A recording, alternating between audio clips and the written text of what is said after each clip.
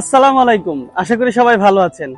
দেশের ৪৯৫টি উপজেলা ভ্রমণের অংশ হিসেবে আমি চলে এসেছি আমার ২৩তম উপজেলা রাজশাহীর পবায়। তো চলেন শুরু করি।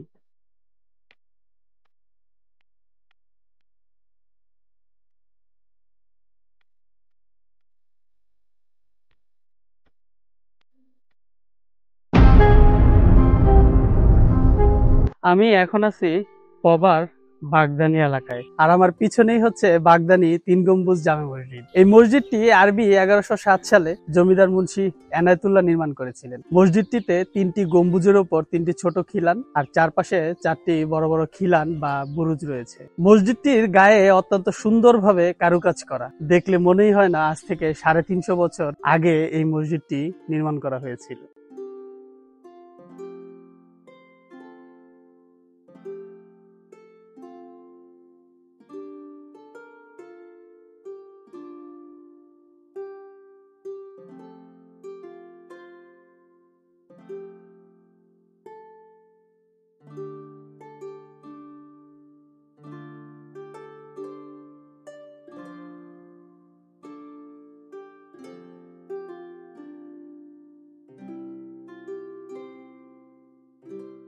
পবার বাগদানি মসজিদ থেকে এখন আমি আসছি কাটাখালী এলাকায়। আমার পবা উপজেলা ঘোরাঘুরি আজকের মতো মোটামুটি এখানেই শেষ করব। সকালবেলা নাস্তা করিনি, তাই চলে আসলাম এই কাটাখালীতে ইব্রাহিমের দোকানে কালাভুনা দিয়ে ভাত খাবো। তাই আজকে মারাত্মক পরিমাণে গরম, এত গরমে আর বেশি ঘুরতে ইচ্ছা করতেছে না, কারণ আমার নেক্সট উপজেলা ২৪তম উপজেলা হবে রাজশাহীর দুর্গাপুর। তবে যেহেতু আমি পবা উপজেলায় আছি, আর পবা উপজেলা যেহেতু রাজশাহী সিটি কর্পোরেশনের চারদিকে, সো আমি তো রাজশাহী সিটিটা অবশ্যই ঘুরবো। তা আপনাদেরকে আমি ২ মিনিটের ভিডিওতে জাস্ট আমার চোখে দেখাবো রাজশাহী সিটি। তো চলেন খেয়ে দেখি কেমন লাগে। আমার হোটেলের বয়স ৬৫-র উপরে। আমার দাদা ব্যবসা করতো, আমার বাবা ব্যবসা করতো, আমি করছি। আমার বাবার নামে ইব্রাহিম হোটেল আছে। হাফে হচ্ছে ৮ পিস থাকে, আর ফুলে হচ্ছে ১৬ পিস থাকে, আর সিঙ্গেলে হচ্ছে ৪ পিস। এটা ৪ পিস, এটা ৮ পিস, এটা ১৬ পিস। ৪ পিস ১২০ টাকা দাম, হাফ হচ্ছে ২৪০ টাকা দাম, আর ফুল হলো ৪৮০ টাকা দাম।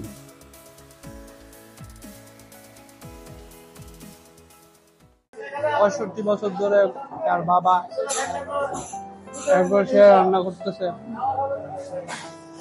আসলেই মজা। আমার খাওয়া এখন পর্যন্ত বেস্ট কালা ভুনা হচ্ছে এটা। ইব্রাহিম ভাইয়ের কালাভুনা দিয়ে ভাত খাওয়ার পরে শরীরে একটা এনার্জি চলে আসলো, আর সেই এনার্জিতে ২৪তম উপজেলা হিসেবে চলে আসলাম রাজশাহীর চারঘাটে।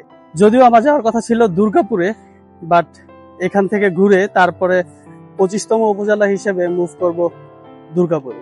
মাঝে মধ্যে খুব ফ্রাস্ট্রেটেড হয়ে যায় যে এত গরমের মধ্যে এত কষ্ট করে ট্রাভেল করতেছি এই ২-১টা ভিডিও বানানোর জন্য, বাট লাভ কি? আপনারা তো কেউ সাবস্ক্রাইব করতেছেন না, লাইক কমেন্ট শেয়ার কেউই করতেছেন না।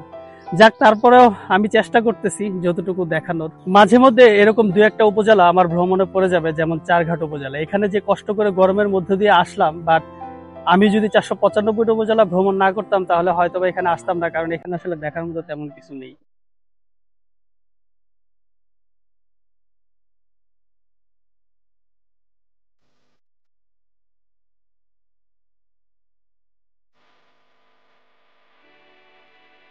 এই জায়গাটাতে এসে প্রাণটা জুড়ায় গেল। এত সুন্দর গাছের সারি। এখন বাজে দুপুর ৩টা। বাইরে রোদের যে কি পাওয়ার, এখানে আপনি যদি ৫ মিনিট না দাঁড়ান রোদে, তাহলে হয়তো আপনাকে আমি বুঝাইতে পারবো না। কিন্তু এই জায়গাটাতে গাছের নিচে মনে হচ্ছে যে নর্মাল টেম্পারেচারে এসি চলতেছে। আর এই জায়গাটা হচ্ছে রাজশাহী ক্যাডেট কলেজ পার্ক। যদিও এটি রাজশাহী ক্যাডেট কলেজ পার্ক, কিন্তু এটি পড়েছে চারঘাট উপজেলায়। আর এখানে আসতে হলে কিন্তু সারদা যে পুলিশ একাডেমি আছে ওটা সামনে দিয়ে আসতে হবে, যেহেতু ওইটা একটা রেস্ট্রিক্টেড এরিয়া, পুলিশ একাডেমি বা ফোর্সেস গুলো, তো ওইখানে কোনো ভিডিও করা যায় না। ক্যাডেট কলেজের ঠিক পশ্চিম দিকেই হচ্ছে পদ্মা নদী, আর নদীর ঠিক মাঝ বরাবরই হচ্ছে বাংলাদেশ ইন্ডিয়া বর্ডার। নদীর এপারে বাংলাদেশ আর ওই পারে হচ্ছে দাদাদের দেশ। আমার ঠিক পিছনেই নদীর ওপারে যে গ্রামটা দেখতে পাচ্ছেন, এটাই হচ্ছে ইন্ডিয়া। এই জায়গাটাতে হয়তোবা আর একটু বিকেল বেলা আসলে বা সন্ধ্যার আগে আসলে আরো বেশি ভালো লাগতো, বাট যেহেতু সময় স্বল্পতা, এখন আর কিছু করার নেই। আজকে আবার ঢাকা ব্যাক করতে হবে। সো এখান থেকে আমি এখন চলে যাব আমার ২৫তম উপজেলা দুর্গাপুরে।